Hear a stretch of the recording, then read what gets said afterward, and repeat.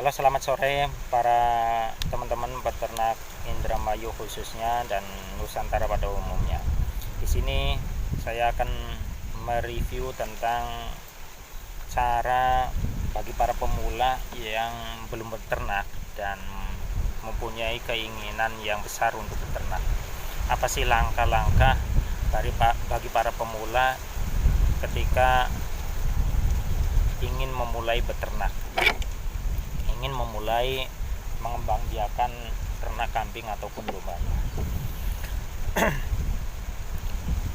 Jangan lupa, mohon di subscribe channel saya ini supaya saya senantiasa berbagi terhadap apa yang sudah menjadi pengalaman, apa yang sudah menjadi pengetahuan bagi saya.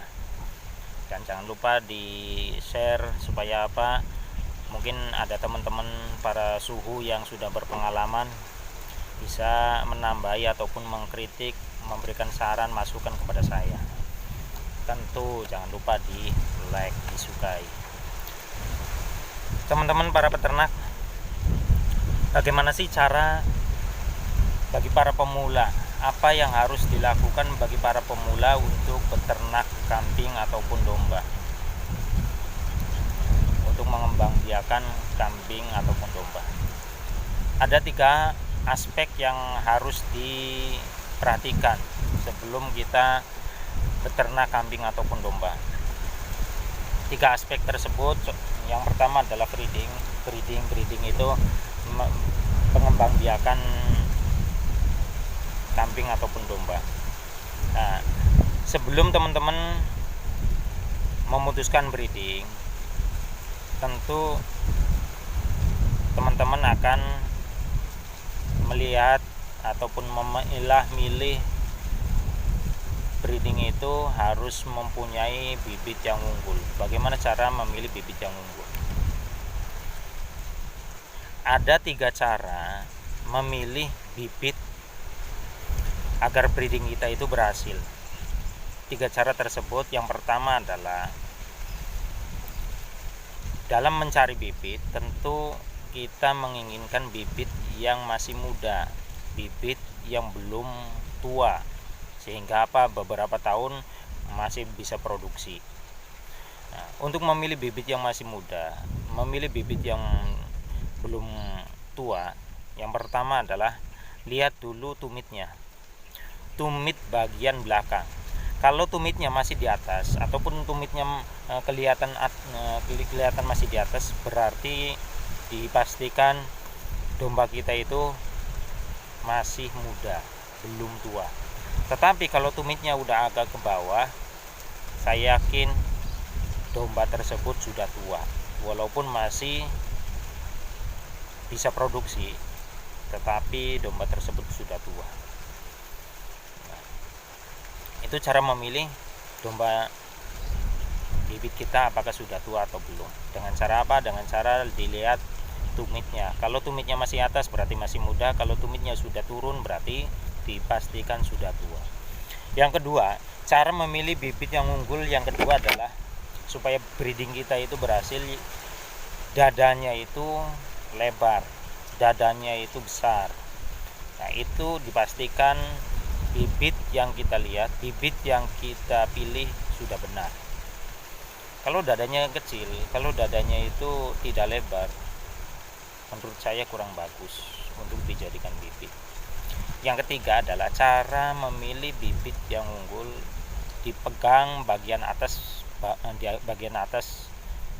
belakangnya. Itu akan bisa kenilai oleh kita. Kalau bibit yang baik itu lebar dan banyak dagingnya. Kalau bibitnya itu tidak lebar, kurus, ramping, dipastikan dia tidak sehat. Itulah cara langkah ketika kita memilih bibit untuk breeding.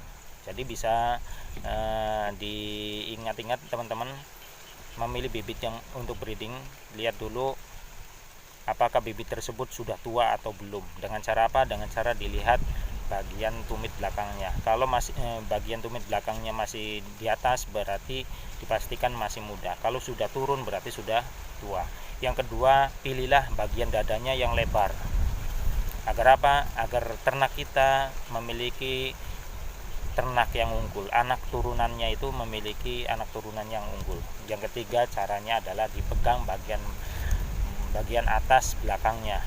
Kalau dipegangnya itu empag, dipegangnya itu muntel, itu dipastikan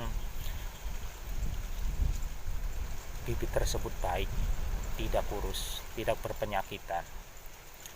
Langkah yang kedua, untuk para pemula yang menginginkan breedingnya berhasil adalah atau menginginkan ternaknya berhasil adalah pikirkan feedingnya. Feedingnya itu pakannya, hijauannya. Jadi jangan karena terlalu menggebu-gebu sehingga langsung membeli domba sebanyak-banyaknya, tidak memikirkan feedingnya, tidak memikirkan pakannya, tidak memikirkan hijauannya. Dijamin teman-teman akan mudah bosan, dijamin teman-teman akan kesusahan, dijamin teman-teman akan merasa capek, sangat capek, sangat bosan.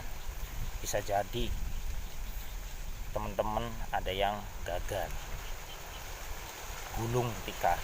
Karena apa? Karena feedingnya tidak diperhatikan, pakannya tidak diperhatikan. Pakan itu ada yang secara di tempat kita itu di luar alam liar masih banyak sekali. Contohnya seperti saya di sini, ini perkiraan luas lahan sawahnya itu antara 500 sampai 800 hektar. Mungkin 1000 juga ada mungkin. Tetapi lahan sebegitu luasnya hanya yang mengembala beberapa orang saja di sini. Hanya beberapa orang, 1, 2, 3, 4, 5, 6, 7 sampai 10-an lah, 10 orang. Ini lahan yang luas, hanya tinggal kambingnya dilepas, kita nyantai, kita mengawasi dari jauhan, kita tenang, tidak memikirkan mengarit. Itu juga manakala kita memiliki banyak waktu ataupun kita ingin bersantai-santai dengan alam, mencari udara segar seperti saya di sini di bawah pohon, santai, segar, udaranya sejuk, bisa ngopi, bisa makan, bisa cemilan, bisa nyantai, menghilangkan kepenatan, menghilangkan kepusingan. Namun yang menjadi pertanyaan, bagaimana kalau waktu musim tanam padi ataupun di teman-teman, bagaimana kalau musim penghujan mungkin akan sangat kesulitan untuk mencari rumput ataupun mengembalakan kambing. Tentu di sini juga tidak bisa dikembalakan kambingnya, tentu harus mengarit. Nah, ketika kita tidak mempunyai lahan yang luas, seperti halnya sekarang waktu panen sudah berlalu sehingga luas lahan untuk peternaknya, bagaimana caranya? Cara agar ngarit kita itu efisien dengan cara menanam bang pakan, menanam rumput. Agar apa? Agar ngarit kita tidak jauh, agar waktu kita lebih efisien. Bayangkan kalau hujan terus-terusan, tiap hari hujan, kita malas untuk ngarit, tetapi kita tidak mempunyai bang pakan yang memadai, kita di situ akan nangis batin. Nangis orang bisa metu banyu matae, jaga teh udan-udanan, langkah sing dari teh nangis order duit bisa. Nah, ketika kita musim penghujannya sangat deras sekali, otomatis kita sulit untuk mencari pakannya.